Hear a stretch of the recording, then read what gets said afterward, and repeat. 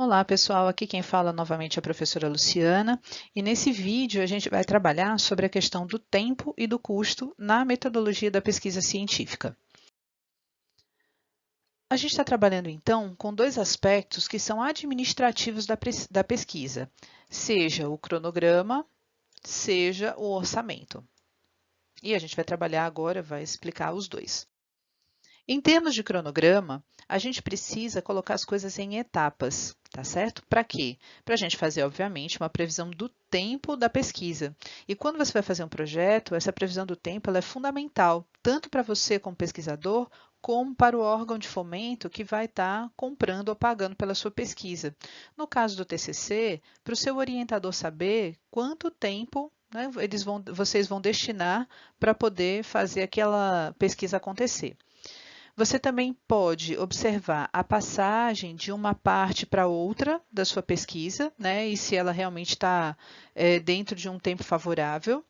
E verificar a interposição de fases, né? Se as fases que você colocou lá na sua metodologia, elas estão sendo contempladas no cronograma e de que forma esse casamento entre metodologia e cronograma pode acontecer, tá certo? Então, quando você fizer o seu cronograma, você vai ter que puxar os elementos, assim, digamos, o resumo da sua metodologia para esse cronograma. Vamos ver como é que isso funciona. Então tá aqui, ó. Esse é o gráfico de Gantt, tá certo? E o cronograma geralmente se pauta nesse modelito aqui. Então, nessa primeira coluna, você vai colocar as fases da pesquisa.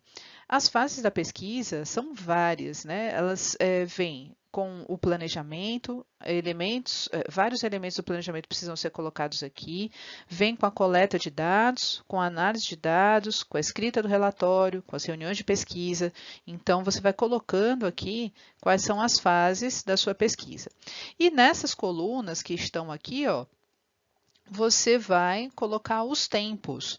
E esses tempos que você vai dividir, eles podem ser por dia, por semana, por quinzena, por mês, tá certo? De tal forma que você consiga visualizar bem quando é que você vai fazer os elementos da sua pesquisa acontecerem, tá? É muito importante esse cronograma, porque depois ele serve de referência para que a gente possa realmente executar aquilo que a gente se propôs no projeto. Então, tá aqui, eu coloquei um exemplo para vocês. Esse é o primeiro. Veja que as etapas do levantamento, ó, especificação dos objetivos, operacionalização dos conceitos, elaboração do questionário, pré-teste do questionário, seleção da amostra, impressão dos questionários. Então, aqui ficou tudo muito detalhado. Tanto é que eu não consegui colocar todo o cronograma, coloquei só a primeira parte dele, tá certo? Outra coisa que vocês precisam entender é que essa tabela está construída em dias. Então, aqui é o dia 1º, o segundo dia, o dia 3, o dia 4, até o dia 20, tá certo? E aquilo que está pintado aqui de laranja é aquilo que você vai relacionar com a etapa que você vai fazer da sua pesquisa. Então, a especificação dos objetivos ela vai acontecer no primeiro e no segundo dia. A operacionalização dos conceitos vai acontecer no terceiro, no quarto e no quinto dia. E assim, você tem uma visualização de quantos dias você vai ter para fazer cada uma dessas atividades que você colocou aqui, tá? Ou cada uma dessas etapas da tua metodologia, tá bom? Uma coisa muito importante, eu vou dizer logo agora, é verificar não só horizontalmente a leitura desse cronograma, mas também verticalmente. Então, se você olha para o dia 1, quantas coisas você vai fazer? Só uma. Tá ótimo. Então, uma coisa dá para fazer em um dia.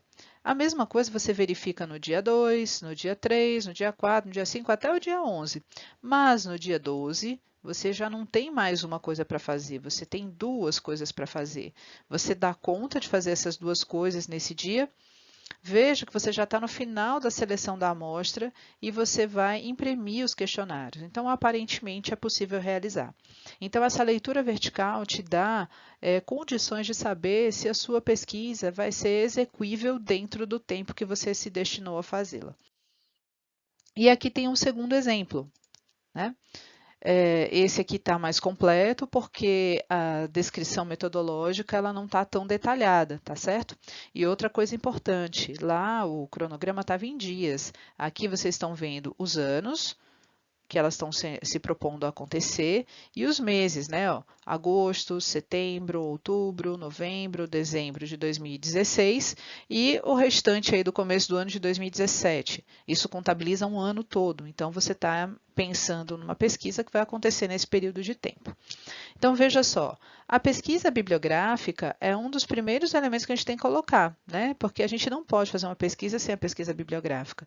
E ela está sendo proposta para ser realizada em 5 meses, né? Assim como uma pesquisa exploratória, né? Que você vai fazer uma investigação rápida para entender o que está acontecendo com aquele fenômeno. E isso vai acontecer, ó, segundo o cronograma, concomitantemente à pesquisa bibliográfica. Já no final desse período, quando a gente estiver terminando a pesquisa bibliográfica exploratória, acontece aí a preparação dos instrumentos da pesquisa. E isso vai acontecer em 2 meses, que é bastante suficiente, dependendo da pesquisa, né? Mas, em geral, dá tempo. Você vai, então, planejar a sua coleta de dados e a sua análise de dados por 3 meses, que estão sendo colocados aqui. E vai dar continuidade à sua pesquisa, com a coleta acontecendo apenas em março do outro ano, tá vendo? Então, você vai ter 2 meses para a fase 1 da coleta, mais 2 meses para a fase 2 da coleta, e aí você já começa a análise no final da coleta 2, da fase 2. Então, você tem aí 2 meses para a análise da fase 1, 1 mês para a análise da fase 2, 2 meses para a escrita de relatório. Tá bom? E veja que as reuniões de pesquisa ficaram aqui no final, mas elas vão acontecer sempre, durante todo o momento da pesquisa, tá bom? Então, isso é muito importante você ter em mente. Lembra que eu falei da leitura vertical? Aqui a gente faz também, tá certo? Então, veja aqui, ó, no mês de agosto, a gente vai ter 3 coisas para fazer: a pesquisa bibliográfica, a pesquisa exploratória e as reuniões de pesquisa. Dá tempo de fazer? Dá, porque a gente vai ter aí pelo menos 4 meses fazendo a mesma coisa, né? No entanto, quando chegar em dezembro é um mês complicado, né? Cheio de festas e tal. Será que vai dar tempo de fazer todas essas coisas? Terminar a pesquisa bibliográfica, a pesquisa exploratória, a preparação de instrumentos, o planejamento e ainda participar de reunião de pesquisa, é uma coisa a se pensar, tá certo? E aqui também, ó, o mês 6 de 2017, ele também está bem recheado, porque você está fazendo a análise da fase 1, está fazendo a análise da fase 2, está iniciando a escrita do relatório e ainda está participando de reuniões de pesquisa. É muito pesado isso tudo aqui para um mês só. Então, se você percebe isso, você tem que refazer seu cronograma para poder ele se encaixar direitinho, de forma que você consiga realmente executar sua pesquisa. Muito bem. Visto o cronograma, a gente passa para o orçamento. E o orçamento é um plus, porque quando você vai fazer o seu projeto de TCC, você não precisa colocar o orçamento. Mas, quando você for fazer um projeto para entregar para um órgão de fomento, o orçamento é fundamental.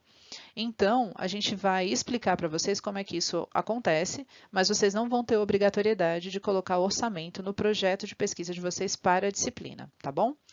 Mas vamos lá. Um orçamento, ele está dividido em material permanente, material de consumo, diárias, passagens e locomoção e serviços de terceiro. Vou explicar cada um deles. O material permanente é um material de durabilidade prolongada, que eles vão permanecer após o encerramento da pesquisa. Então, são máquinas, equipamentos, computadores, impressoras, móveis e, pasmem, livros, tá certo? Livros são materiais permanentes. Então, tudo aquilo que é durável, né, você vai ficar com ele após a pesquisa e vai ser considerado aí como material permanente. O material de consumo, ele é um material que não tem durabilidade prolongada, que você vai usar durante a pesquisa e que vai ser consumido, tá certo? Isso é muito importante. Então, por exemplo, papel. Né, você pede no orçamento, né, uma quantidade de papel que você acha que você vai usar na pesquisa. Certamente sobra um pouco, mas com certeza não vai ter uma durabilidade muito grande. A tinta, caneta, material para foto, material para filme, combustível. Combustível é material de consumo, tá certo? Você não pode comprar um carro, né, no projeto, tá certo? Mas você pode pedir combustível, né, dependendo do que você tem que fazer na sua pesquisa. Se você tiver que viajar, então combustível é fundamental. As diárias, né? Diárias também não têm durabilidade prolongada e também vão ser consumidas durante a realização da pesquisa. As diárias incluem alimentação, pousada e hotel, tá bom? Então, quando vocês pensarem em diárias, não pensem só que vocês vão estar gastando com a estadia em hotel. Né? Lembra também que a diária ela acontece de 12 horas de um dia para as 12 horas do outro dia, tá certo? Então, se você tiver que sair aí, por exemplo, 8 horas da manhã, né, e você vai ter que pagar uma diária, tá certo? Não tem jeito. Ou você vai ter que pedir uma diária no seu projeto. E a alimentação, tá bom? Lembra que a alimentação, se você na sua diária já tiver incluso o café da manhã, ótimo. Mas se não tiver, você tem que colocar aí pelo menos 3 refeições por dia, tá bom? Então lembra desses aspectos, porque quando você colocar na tabela, você tem que dizer quanto é a alimentação e quantas alimentações você vai precisar durante o período que você vai viajar. E aí você lembra que cada dia da viagem vão ser 3 alimentações. Em termos de passagem e despesas, a gente também caracteriza como não tendo durabilidade prolongada, porque vão, obviamente, ser consumidos durante a realização da pesquisa. São passagens aéreas, passagens terrestres, e lembra que essas viagens elas têm taxas de embarque e isso precisa ficar bem esclarecido no seu projeto e sendo contemplado, porque senão depois você vai ter que tirar do seu bolso e ninguém quer isso, né? Serviços de terceiros também não têm durabilidade prolongada e vão ser consumidos durante a pesquisa. Mas o que é um serviço de terceiro? São fretes. Muitas vezes você tem que pedir alguma coisa pelo correio e vai ter que pagar esse frete. São serviços de comunicação, de conservação de bens. Por exemplo, você tem uma impressora e você quer no projeto dar uma manutenção nessa impressora, né? Você vai precisar durante o projeto fazer isso, então você coloca como conservação de bens, tá bom? A adaptação de bens, ó, você tem lá um tablet que tem uma funcionalidade, você precisa que ele funcione de outra maneira. Então, você vai precisar colocar no seu projeto que você vai adaptar esse tablet e o quanto isso vai custar. Tá? E participação em congressos, tá certo? Muitas vezes as inscrições de congresso são bem caras, especialmente se forem internacionais. Então, quando a gente paga em dólar, em euro, né, a gente multiplica aí por 5, 6 vezes mais o valor que eles estão cobrando. Né? Então, isso também tem que ser colocado no projeto. Então, tudo isso é bom ter em mente, né? E tá aqui os modelos, tá certo? Então, para material permanente, a gente faz uma tabela do jeito que está aqui. Então, coloca o item é 1, 2, 3, 4, 5, é só para você dizer quantos itens tem. Você coloca a descrição dos itens sem colocar as marcas, isso é muito importante, tá? Mas você coloca uma descrição bem detalhada. Você coloca quanto você quer daquele item, o custo unitário dele, e aí o custo total, obviamente, é multiplicar a quantidade pelo custo unitário. No final, você tem um totalizador dessa tabela. No material de consumo, do mesmo jeitinho, você coloca o item, né, 1, 2, 3, 4, 5, para você saber quantos itens tem, coloca a descrição, quantidade, custo unitário total e ainda tem o totalizador. A mesma coisa vai servir para a tabela de passagens. O importante de você saber aqui, ó, por exemplo, a passagem, você bota o trecho, tá? Isso é muito importante. Se você vai para um lugar e vai voltar para o lugar de origem, lembra que você tem que pedir 2 trechos. Se você pedir um trecho só, ou você fica lá, ou então você paga do seu próprio bolso para voltar. Então tem que ficar atento a esses detalhes, tá bom?